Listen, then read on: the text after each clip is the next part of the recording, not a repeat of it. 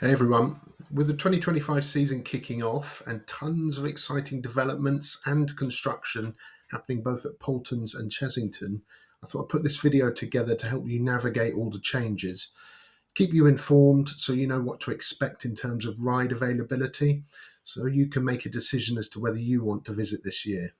Let's get into it. So first up, let's talk about Paultons Park. Big changes are afoot for 25.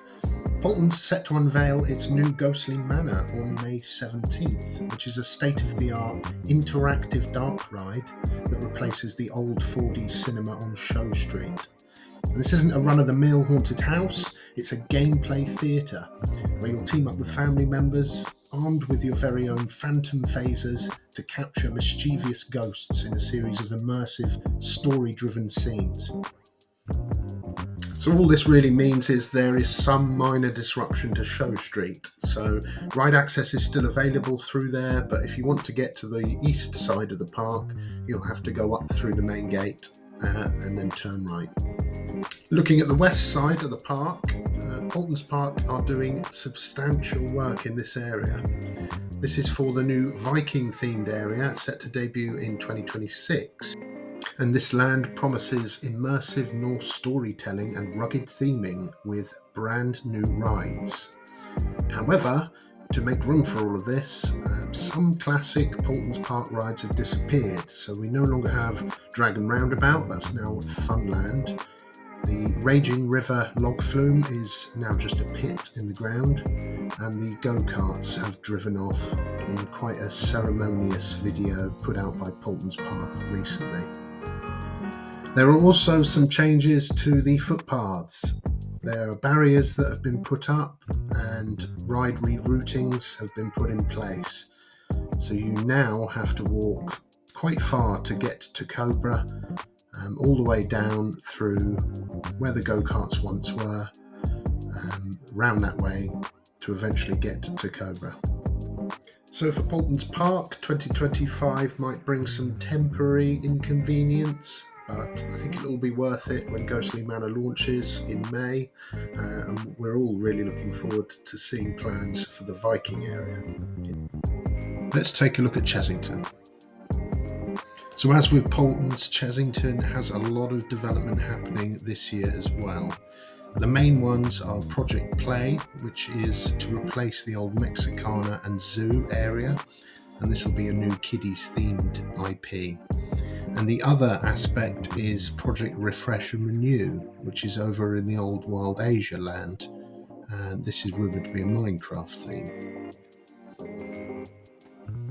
Okay, so here I'm showing a map of the park, and I've circled the area that's impacted by the Project Play development. So you can see here the old Scorpion Express site and the Kiddies Zoo. Just down here is Adventure Point, just to get you a bearing.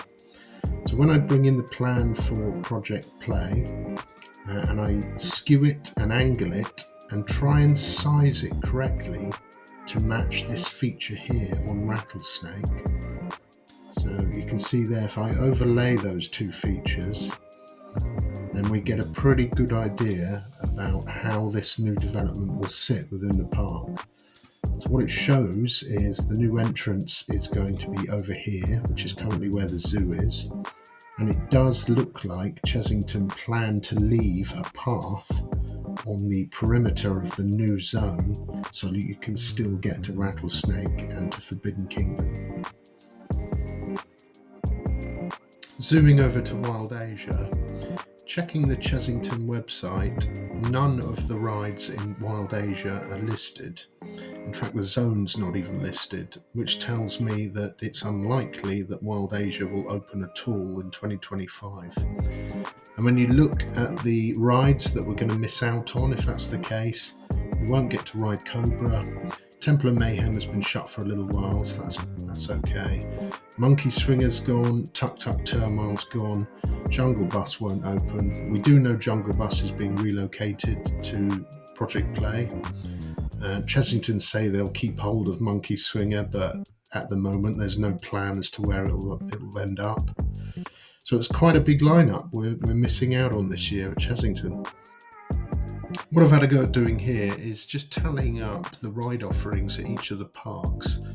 So what you can see is categories are children, family and thrill, Chessington on the left, Paultons on the right.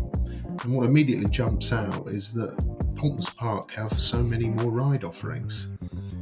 And when you look at the distribution, I think Chessington have many more thrill rides, so they're probably catering to a wider audience there.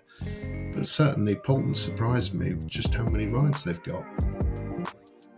So there you go, guys. Let me know what you think in the comments. I think both parks are still an option. I think Paultons still has the edge because it's less impacted by all this development. But let me know what you think and drop it a like if you like this sort of video.